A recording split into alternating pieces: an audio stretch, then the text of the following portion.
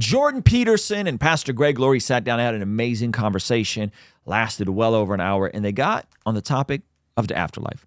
And I've never really heard Jordan Peterson talk about the afterlife. I've heard Greg Laurie talk about the afterlife, but I think this is a unique conversation that needs to be discussed. Okay, so Greg Laurie is going to open up about losing his son, Christopher, as an adult, which is one of the worst things anyone could go through. And and then that gets him into the conversation on the afterlife. Child dies and you grieve. The grief is an indication of the magnitude of the loss. And so the fact that you grieve, that's a testament to the value of the life, even though it was truncated. Yes. So your grief is the proof of the value of the life. Right. And so what that means, as far as I can tell, is that grief itself is the justification of life in the face of death. But then there's the afterlife. And I believe in the afterlife.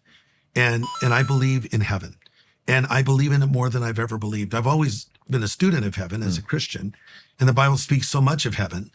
But when my son went to be there, I wanted to know more about it. And as Crazy. One of the best resources on the topic of heaven is Randy Alcorn. We'll look at a topic around heaven when we react to Redeem Zoomer's video, which I think is super powerful. And heaven is not floating in the clouds with angels. That is not what heaven is. That is not how heaven's ever been taught. So I like that they're getting into this because, again, I haven't heard Jordan Peterson really talk much about the afterlife. So this is good. that heaven is a real place for real people to do real things. You know, Jesus said, I go to prepare a place for you. And heaven in the Bible is pictured as a city. It's pictured as a country. Yeah. It's pictured as a paradise. The Bible tells us we'll eat in heaven. We'll be reunited with loved ones in heaven. We'll be active. And then one day heaven comes to earth in what we call the millennium. Heaven and earth become one. So I believe very strongly in that. Now, can I prove it? Well, what do you think that means? So let's delve in. That's such a hard topic. Let's delve into that a little bit. So Pause it. What do you think that means? What do you think? Yeah, what does that mean? What does that question mean? Yeah. I believe that there is a fantastic place that I get to take my son to tomorrow. And it is because I'm connected to someone who operates at a level outside of my understanding and outside of my ability level. And tomorrow I had tickets gifted to me to take my son to a real place to see the Orlando Magic play against the Lakers. Wow.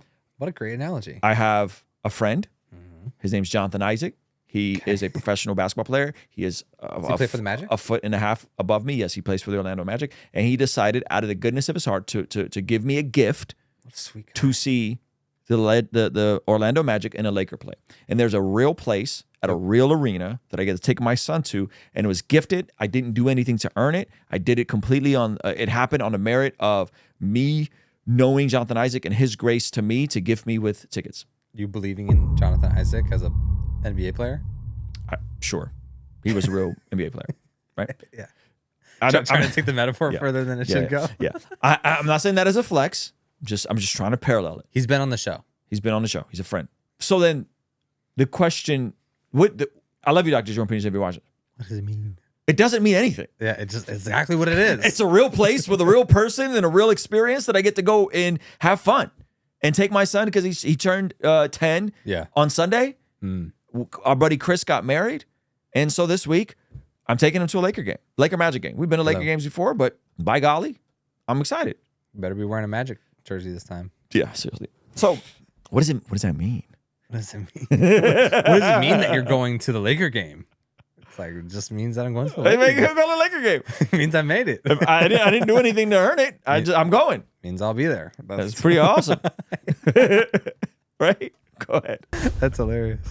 Christ tells his followers to be perfect like his Father in heaven is perfect. Yes. And there's continuous injunctions in the Gospels to bring about the kingdom of heaven on earth. Yeah. That's central to the Lord's Prayer. And there's an idea that lurks in the opening chapters of Genesis about the reestablishment of the eternal Eden. And so it looks like there's an insistence that the goal of the true religious striver is to establish paradise on earth, something like that. And Yes. I mean, that can take some vicious utopian spins that are very counterproductive, but that's the underlying idea. Now, I don't know how to reconcile that with the idea of So that's heaven. That's the heaven that people are striving to bring about when they aim upward properly and walk up Jacob's ladder. And I don't know how to reconcile that with notions of the afterlife with regard to death. We have the strange insistence on the part of Christianity too that Christ defeated death and evil, in spite of the evidence that death and evil continue in this world unabated. And so there's a paradox there. Like, how do you... The paradox is it's already, but not yet. The paradox is it's already defeated, but it hasn't fully materialized itself, right? So that's the tension we live in, is that the kingdom is here, yet it's not fully realized until the new heaven and new earth are established. Reconcile in your own mind the insistence that part of the Christian moral pattern is to perfect the world and to raise the material up to the heavenly, with the notion of the afterlife and immortality. I know that's a terrible question, but no, it's I'd like to know your thoughts on it. Well, I think coming back to the statement of Jesus, be perfect as your Father in heaven is perfect. Bottom line, nobody can be perfect. We fall short. So the point of that to me is we sin against God. Now, some of us sin more than others, but we all sin. We had a little Halloween event at our church, and we had one of those, the bell where you hit the thing with the hammer. And so I hit that. He just said we had a little Halloween thing? He meant to say Harvest Festival. Harvest Church messed up and had a Halloween party?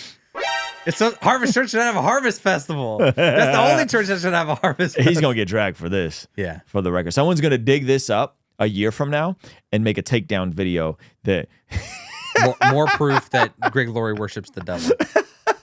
Hit the bell in the past. So I got it out and I hit it and I got so close, but I never got it. I think I spent a half hour trying to ring that bell and I fell short. So God has said perfection. That's the standard for humanity. Well, who can be perfect? Answer no. And that's where Jesus comes in, because the Bible says, why were we yet sinners? Christ died for us. So going back to the Garden of Eden, our first parents sinned. And because they ate of the forbidden fruit, which, by the way, the Bible never says was an apple. I don't know where the apple came from.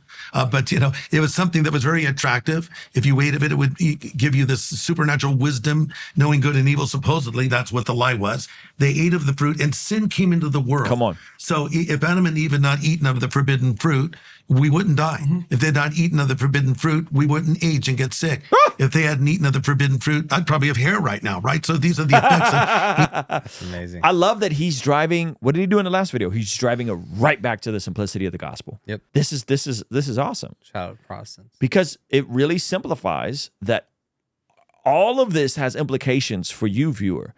It's not just abstract and allegories and memes and signs. This has implications for us here and now. Yeah. Jesus, the work on the cross, the resurrection, the time splitting in 2 BC AD, all of this has a huge implication for us here and now.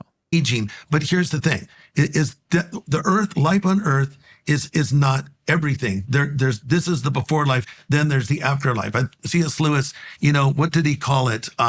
He had a phrase for it that he used often in his writings about Shadowlands. That's right, Shadowlands. So the idea of Lewis was that what we're seeing now at its very best, take the greatest moment of your life with your friends, having a meal, enjoying life together, maybe a beautiful sunset. It's a shadow of greater things to come. Woo! It's not like earth. Come on. He's cooking. C.S. Lewis cooking. Yeah. This is the real thing and heaven is the imitation. Yes. It's actually, according to the Bible, the other way around. Yes. Heaven is the real thing. Yeah. See, going That's back to Abraham, he was...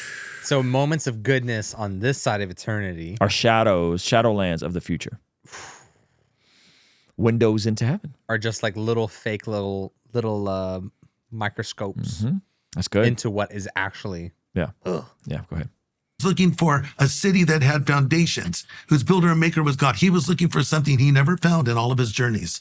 And I think it was a longing for the afterlife. And one day when we get to heaven, I think we'll see that the greatest experiences of earth were only a shadow of greater things to come. So I believe very firmly in a real heaven where I'll do real things and I'll be reunited with my son. Yeah. And Well, it's clear that when you have those great experiences, that they're, first of all, the fact that we can have a category that's great experiences indicates that there's some commonality between those experiences, right? The peak moments of your life when you're at the apex, right? It's all the same symbolic language. And that obviously is emblematic of something that unites all of those episodes, right? And you could call that heavenly and you could think about it as an echo of a place. I mean, I still don't understand the relationship between that. And I think that's all true, by the way. And mean, I've seen too that Jacob's Pause it. ladder. There it is again. I mean, I keep telling you guys. He sneaks it in there. I keep telling you guys. I think he's there. I think he's there. I think he's there because he He'll just sneak it in. said. I think that's all true, by the way. I believe all that's true. What's all true? A literal heaven, a literal earth, a literal eternity with people we love and experiences, and God the in an goodness here afterlife. is just a snapshot of the real thing in heaven Yes. now. So that's another affirmation by Jordan Peterson that Christ is not just a symbol. It's not just an allegory. That this is real. Hello. This is real, and it has implications. So I mean, I don't know how many more affirmations you need for him to say, oh, he's probably there with Jesus. Yeah. In the conversation with the country singer about have you given your life to Jesus? I did that a long time ago. Yeah. You know, someone said that in his first book, The Maps of Meaning, the conclusion of it is everything kind of points back to Christ. I haven't read it, but they added that point that like this is start a book club and Patreon. How about we get back to just reading our book on Mondays that we were doing? That's on you. That's all you, bud. Yeah, you're right. All right, go ahead. God is the ineffable pinnacle of this endless upward spiral that's Jacob's ladder. And he's ineffable in part because maybe you have an ideal and you take 10 steps toward it and now you're near it, but then you see that the true ideal is yet farther than that. And so you reconstruct your vision of the ideal and you progress towards that. And then when you get there, you see that that's only a shadow of the true ideal. And I don't think there's any bottom to the abyss, so to speak, on the malevolent side. I don't think there's any pinnacle to upward. Woo! And there is a vision of heaven in that. But I still struggle to understand the relationship between that and the moral requirement of people to aim towards, one of the things my wife and I have been practicing. I wanted to finish that sentence because it was twice that he said, I'm having a hard time understanding the correlation to, and then he jumps into a new no. This is the tension he's having. We're called to holiness. We're called to be the solution. We're called to be the hands and feet of Jesus. We're called to care for the least of these. We're called to care for the widow and the orphan. We're called to be perfect as God is perfect in heaven. Yet at the same time, there seems to be a lot of grace and a lot of mercy when we look at the fact that none are righteous, no, not even one. And a lot of people get to go to heaven because of Jesus's work on the cross. How do you reconcile the two? Meaning like that is the dilemma of the works versus grace conversation, right? So he's wrestling through very real issues because if it's not me, then why not live however I want to live? Yet, because it's not me, I am called to live in a way that's greater, that honors God, to be holy as he is holy. Yeah. Yet I will fall short. It is paradoxical if you really think about it, right? Jesus' righteousness is imputed on you because of the work on the cross. However, you still are in a body. You're still dealing with this world, and you're still going to have issues you're dealing with. So it's actually a great question he's dealing with. He's wrestling through a tension that a lot of Christians wrestle with, which is grace, truth, mercy, forgiveness, holiness, standards. I think this is a good wrestle to have because the gospel should even a playing field. Like the gospel should say, what your peak or your valley are all covered by Jesus. You're not as good as you think you are, and you're not as bad as you think you are, right? Hello. In terms of what the blood of Jesus does because of the work on the cross. I think this is a great point he's making. We got much better at this. She just about died 3 years ago, and so did I. And like close enough so that as far as we were both concerned, we were either dead or wanted to be. Like it was, and for a very long time. And anyways, that didn't happen. And so we were pretty happy about the fact that each other were around before that, but much happier afterwards. And we've really never forgotten that, even moment to moment. And so he's alluding to when his wife, Tammy, was miraculously healed, which we covered on this channel. Yep. And then he's saying, I've never heard him say this, but like he's saying he was almost dead or wanted to be dead, and that they both made it on the other side of that. Yeah, I think he had that chronic illness that turned him carnivore. And so I think that's one of the reasons he's carnivore now. So I figured it out. Go ahead. That we've decided to practice is to notice when we're interacting with one another in a manner that's optimal. And it's interesting because it's also, I've known her since she was 8. Wow. So we were childhood friends and we were good friends. And I can remember what she was like when she was a little kid, and she was an excellent little kid and she was very popular. That's amazing. I've known my wife since she was 14. Yeah, I know her since she was 14, so not 8. So he got me up on a couple years. Yeah, go ahead. And very much fun to be around. And I can see in her that spirit coming back to life, like very frequently. And so one of the things we've learned to do is to notice when that's happening, right? And first of all, to notice, second, to appreciate it, but then to see if we could practice extending the amount of time that we're in that state. That childlike And state. you That's fire. That's fire. Right? Because Jesus talks about the wonder of children. Like you should be like children. Yeah. You know? He's cooking. You can get much better at that if you practice, just like you get better at everything that you practice. And that is something like I used to counsel my clients as well to do this, is if they were depressed, is, to monitor their mood and then to see times when they were less depressed. Because even someone who's even quite depressed still varies. So you say, well, sometimes you're going to be like on the brink of, but other times you're going to forget that you're depressed. You got to see what you're doing when things are better. And then you have to start doing those things more. Right. So you can.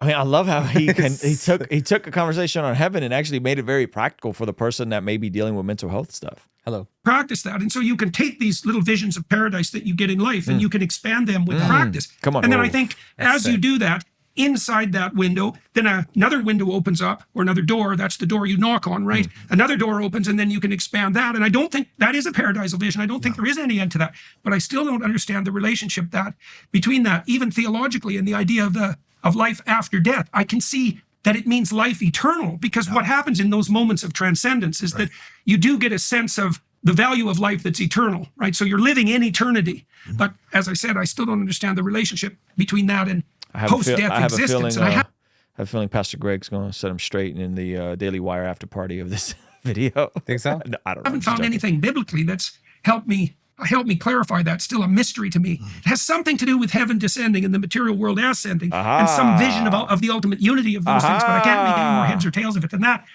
How did that become clearer to you, say, in the aftermath of your son's death? Well, that's one of the biggest questions of all. What happens after we die? You hear of these near-death experiences, and they're hard to quantify because how can we know, really what happens? But we hear certain similarities that people say, I went up and I looked down and I saw my family grieving over me. So I prefer to go to a reliable source, which is the Bible. And there actually is a story in the Bible of a man who died and came back to life again. I'm not talking about Christ. That's obvious. But it was the Apostle Paul. Oh, no, Paul. And, he was beaten many times. And on one occasion, he was stoned and left for dead. They thought he had died. And so Paul in the book of Corinthians writes about being caught up into the third heaven. He says, I knew a man in Christ, whether he was in the body or out of the body, I'm not sure, but such a one was caught into the third heaven, and he heard things he can't describe. It's interesting because people write entire books about their experiences in heaven, but the Apostle Paul, who actually had this happen, didn't write a book, but he did write a little bit of a chapter on it. And He kind of flamed all those. I went to a little bit, low key. But yeah, he says it was paradise. So the word paradise is translated like the royal garden of a king. So I don't know if we would have even a parallel to this today, but if you go to some of these incredible British estates where these gardens go on endlessly, maybe that gives us a sense of what he was talking about. But he just used the word paradise. And that's the same word that Jesus used when he hung on the cross and the thief said, probably guilty of a worse crime than stealing, but the criminal next to him said, Lord, remember me when you come into your kingdom. And Jesus said, truly, truly, I say to you, today you will be with me in paradise. Same word. Come on. Pastor Greg, Laurie, one time. Come on, man. I think the closing thought I have on this conversation is that I am grateful that Jordan is becoming more and more clear on what his views are. And I'm excited to read his new book. When does it come out? With God. I think it's out. What? Yeah, I think it just came out. Yeah, so I'm excited to read that, and I'm excited that he's gonna have more Christians on his platform. So stay tuned. Hey, thank you so much for checking out the video. Please be sure to comment below and subscribe and all that good stuff, and check out this other video that YouTube seems to be recommending just for you. Let me know if they nailed it. All right, I'll see you over there. Peace.